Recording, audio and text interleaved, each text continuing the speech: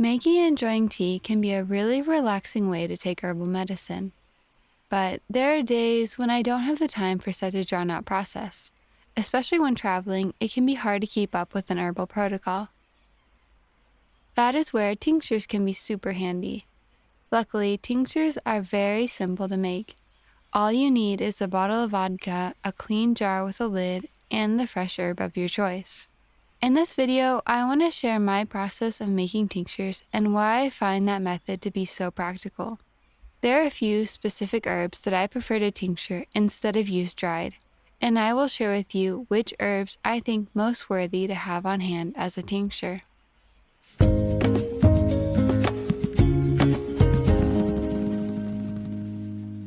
Before drinks like vodka, brandy, and whiskey were household items, the most common method of preserving fresh herbs for medicine was making a sugary syrup or soaking herbs in honey or in wine. These days, we have access to distilled alcohol, which makes the process of extracting medicine from herbs so simple to do at home. You can totally soak medicinal herbs in wine or make a syrup or honey with them. But the easiest and most transportable method for herbal medicine is definitely the tincture, and most modern herbalists prescribe and use them just as much as herbal teas.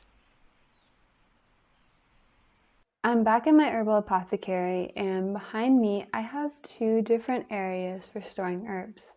Some over here are dry and kept in big jars, and some of the herbs I have in this section are orange peel, rose petals, hawthorn flowers, and linden flowers.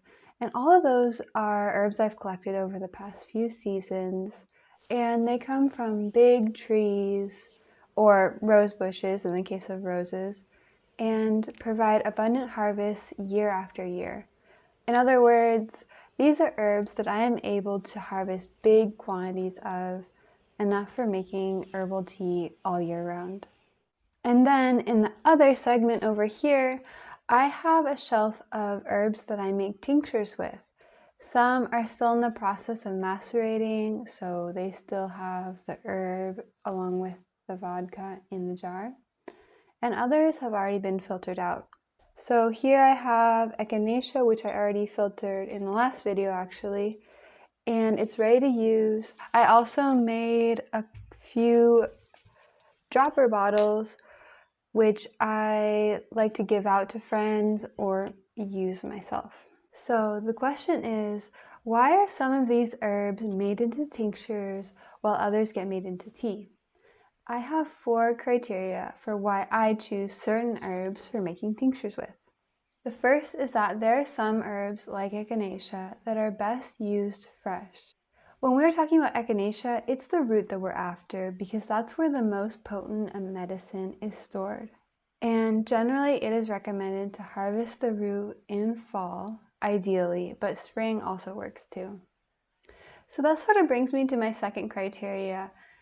Echinacea is a plant that you have to dig up to harvest. So unlike other plants that we can just collect the leaves or the flowers or the peel or the fruits, and the plant can just keep growing, echinacea and a few other herbs, we're harvesting their root and kind of killing the plant to harvest it. So that makes it a more precious resource. What I'm saying is that the harvest is either limited by the time of the year, like harvesting echinacea in fall, or it's simply because there's a limited supply of that plant. Echinacea is really well known as an immunity supporting herb. This is a really useful herb to have on hand for that reason, and I like to have tincture bottles to give out to friends and family when it gets cold, when fall and winter are coming in, and when people generally are looking to boost their immune systems. I also like to tincture herbs that I don't grow myself. So for example, over here, I have a jar of valerian tincture. This is really precious to me because I have never had luck growing valerian in my garden, but my mom has a few valerian plants and she gave me these roots. And just this, that's all that she gave me, so I wanted to use it really well, and so I made a tincture with it. Valerian is a really potent, in my opinion, the most potent herb to help us get a restful night's sleep. And to me, if I'm trying to go to sleep, I would rather take a few drops of tincture by itself or maybe with a little bit of water rather than drink a whole cup of like chamomile tea or something like that. Because if I drink a whole cup of tea before going to bed, I'll just have to get up and pee in an hour or a few hours later. And that kind of is counteractive to my goal of getting a whole night's sleep. So personally, I like to have valerian tincture in my bedside table so I can just take a few drops, drink some water, and drift off to sleep. And also, it's really nice to have if you're traveling or going to go on a trip and we'll probably be sleeping in places that are maybe loud or just somewhere you're not used to sleeping. So that brings me to my fourth criteria is that I like to tincture herbs that are useful to have on hand during travel. Tincture bottles are so small and portable. They can be put into a backpack, a makeup bag. They're small enough to go on an airplane or bring with you on a bus.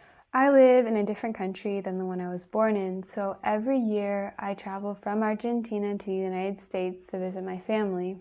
I'm super lucky that I'm able to do that, but the trip always stresses me out a bit or a lot. Traveling and stressing out about missing my flight or the bus being late or whatever the situation, it's really nice to have relaxing herbs on hand. So I prefer motherwort for that reason. Motherwort is an amazing herb for the nervous system, for calming our anxieties. It's also really good for a racing heart. And is a good heart tonic in general. So alongside valerian, which I might take with me if I'm going to be staying in a hostel or staying somewhere that I'm not used to at night, I also like to have motherwort, which I take throughout my journey. Anytime I'm feeling stressed, I'll take a few drops to just calm my nerves and chill out and be able to enjoy the privilege of being able to travel every year as I do. I have mentioned 3 of the herbs that I like to have on hand, as well as my 4 criteria for why I chose those herbs for tincturing. Echinacea for supporting the immune system, valerian for helping out with getting restful sleep, and motherwort for quick stress relief. The last herb that I find worthy of making tinctures with is lemon balm because it's both a herb that's best used fresh and an herb that I have a limited supply of. So let's go out to the garden and collect a bit of this uplifting herb, and I will show you my process for making vodka-based tinctures. For many herbalists, lemon balm is a staple in the garden. This is the first year I've grown lemon balm myself, and I only have a couple of plants. One is in a pot just outside the front door, so that is where I went first to collect fresh leaves. Then I walked to the garden where lemon balm is growing alongside oregano and squash plants. Around mid-morning is a good time to harvest herbs because the sun isn't shining with full force yet, and the dew of the morning should have dried by then. This day in particular was pretty humid, so I left my herbs in the basket for about an hour while the remaining dew evaporated before making the tincture. Inside, I began by removing the leaves from the stalks, and then chopping the leaves with a knife. I then grabbed a jar that was the right size for the amount of herb I had. I used one of these small jars, and the fresh herb filled the jar about halfway. If you are going to use dried herbs to make a tincture, keep in mind that the herb will expand with the introduction of vodka. So I suggest filling the jar a bit less than halfway with the herb you want to use to tincture. Then I filled the rest of the jar to the top with vodka. Put the lid on and, as always, labeled the jar before stirring it away in the apothecary. A month later, I took the jar back down from the apothecary shelf to be filtered. I used a metal mesh filter in a new, clean jar to store the tincture. I also made one small dropper bottle of lemon balm so that I can have it handy when I'm out and about. Lemon balm is great for easing tension and stress, and is also a digestive aid for upset stomachs. Some people even call lemon balm an antidepressant, though I personally prefer the term uplifting. This little tincture will go in my backpack to support me when I need a dose of uplifting energy. The flavor is, as the name suggests, lemony, and the herb is indeed a balm for the stresses of daily life. So there you have it, a tincture from start to finish. Personally, I focus my tincture making efforts on the herbs that are best used fresh, herbs I have a limited supply of, don't grow myself, or are helpful for travel. You can, of course, use any herb that you like and fits into your criteria of worthy of making a tincture with. Just be sure that whatever herb you use is safe for ingestion and comes from a trustworthy source. If it is an herb that you have grown yourself, even better. I really hope you have found this mini herbalism tutorial helpful, and that if you haven't tried making tinctures already, that this inspires you to do so. I wish you the best of luck and, as always, happy crafting!